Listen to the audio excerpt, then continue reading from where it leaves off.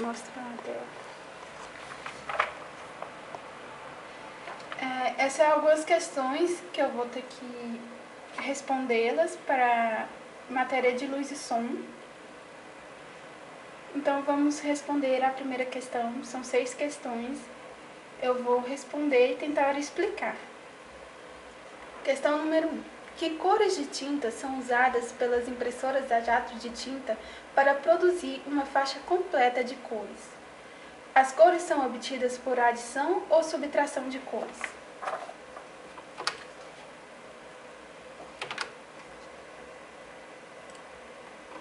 Bem, eu trouxe as cores primárias, as cores da luz primária, que é o azul ciano, o magenta e o amarelo, que são misturas, que são as cores primárias de cores pigmento.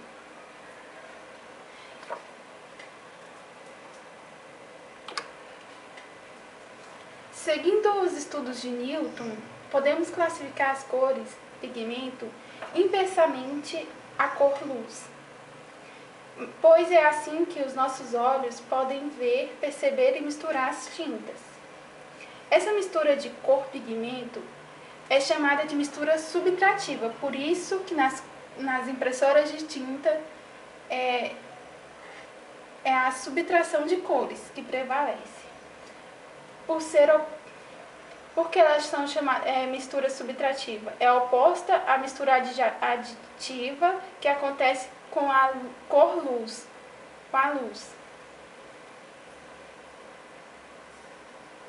A ausência, assim, quando você pega o verde e subtrai do branco, a gente tem o magenta. O branco, você subtrai do azul, a gente tem o amarelo. O branco menos o vermelho, a gente vai ter o ciano.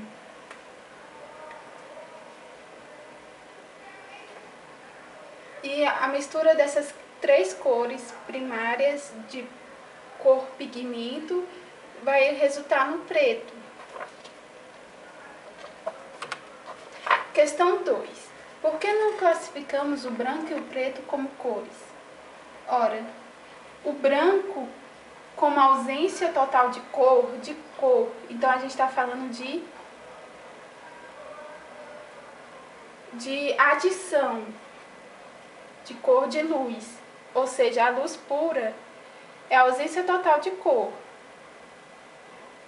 E o preto é a ausência total de luz, que faz com que não se reflita nenhuma cor. Não são exatamente cores, mas características da luz, que convencionamos chamar de cor. Na adição, na mistura do azul e do verde e do vermelho, a gente obtém o branco. Na subtração, que é a mistura do amarelo, do magenta e do ciano, a gente obtém o preto. Questão 3. Na época da realização do experimento de Rutherford com a folha de ouro, os cientistas sabiam que haviam elétrons negativamente carregados no interior do átomo, mas não sabiam onde residiam as cargas positivas. Que informação o experimento de Rutherford forneceu a esse respeito?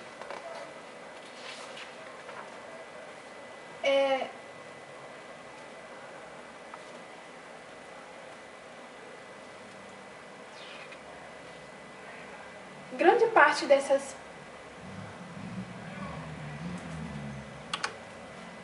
o experimento de Rutherford, ele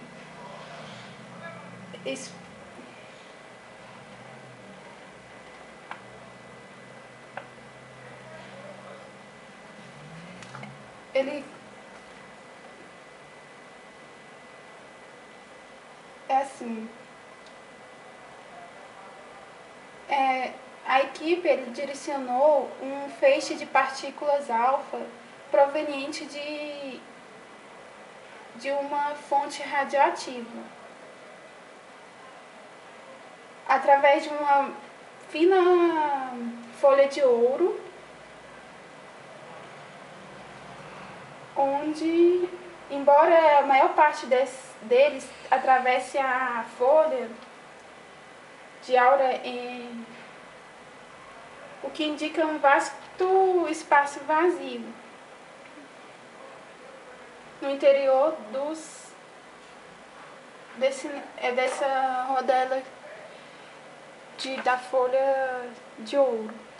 Algumas dessas partículas sofriam grandes desvios, o que indicava a presença de um núcleo central. Então, o que ele observou com esse experimento? Que a grande parte das partículas atravessava a lâmina sem desviar o curso. Então,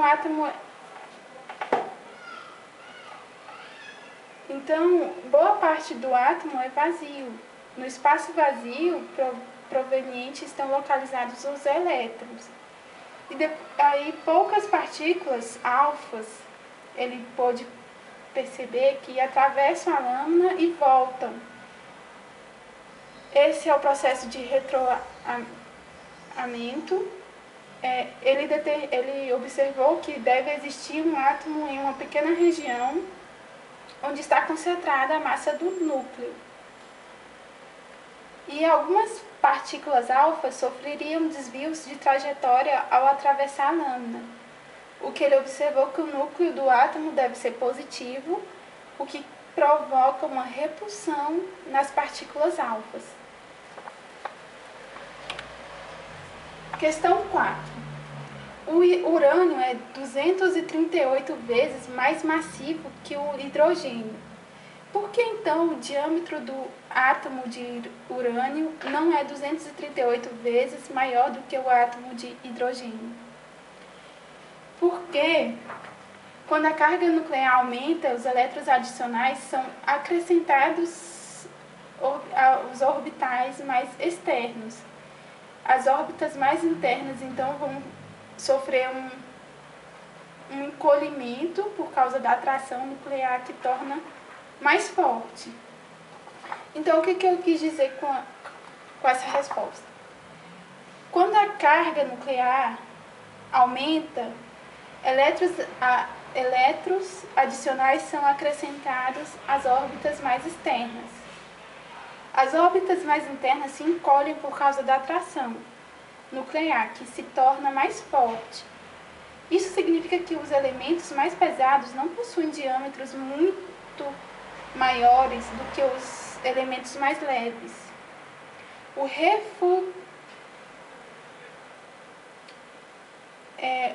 O átomo de urânio, por exemplo, ele é 3 vezes maior que o hidrogênio,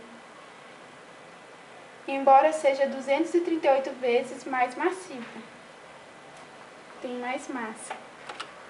Questão 5. Quando os alimentos são irradiados por raios gamas provenientes de uma fonte de cobalto 60, eles se tornam radioativos? Justifique sua resposta. Quer dizer o quê? Essa questão é a radiação, é um método pasteurização a fio, sem produção de aquecimento. Então, utilizando em alimentos, eles não tornam os alimentos radioativos.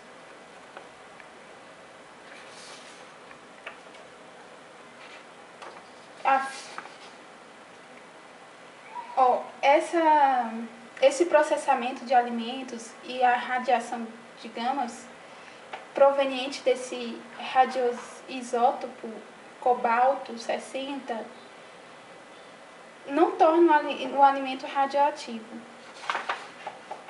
Ele emite radiação ionizante.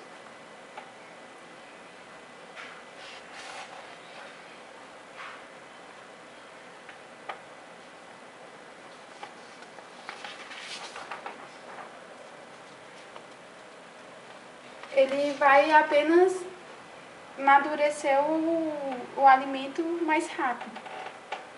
Questão 6.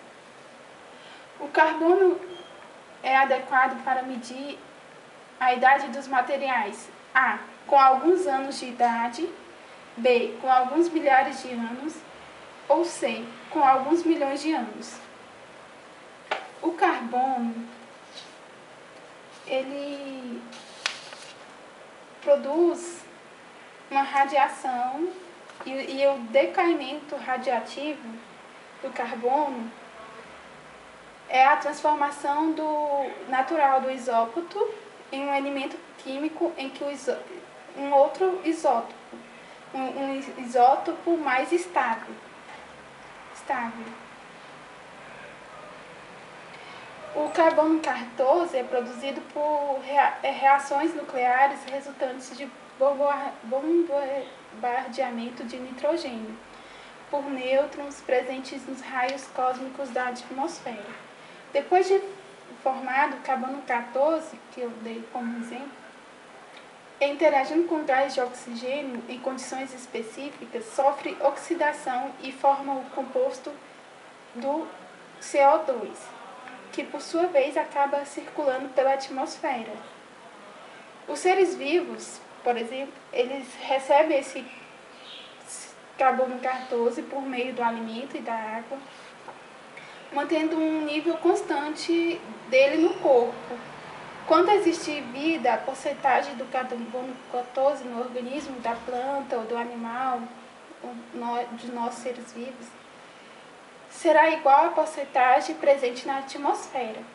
Quando esse ser morrer, esse equilíbrio é perturbado, pois não há mais acúmulo de carbono, porém o decaimento radioativo é mantido. Aí o que acontece? Essa atividade diminui e após 5.730 anos, o carbono ele é a meia-vida do carbono, de 5.730 anos.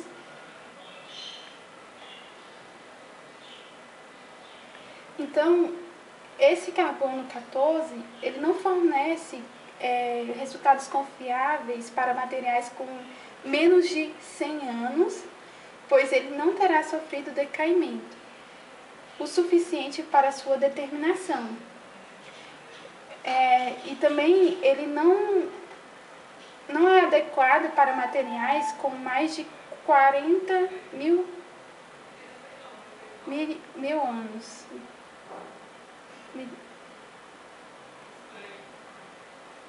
40 mil anos. Então, a resposta mais adequada seria em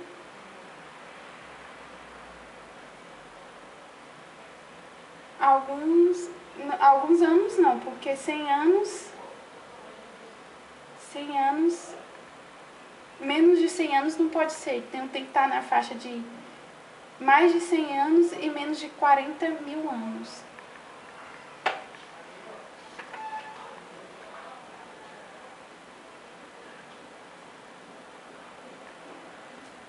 Certo? Então, seria a resposta.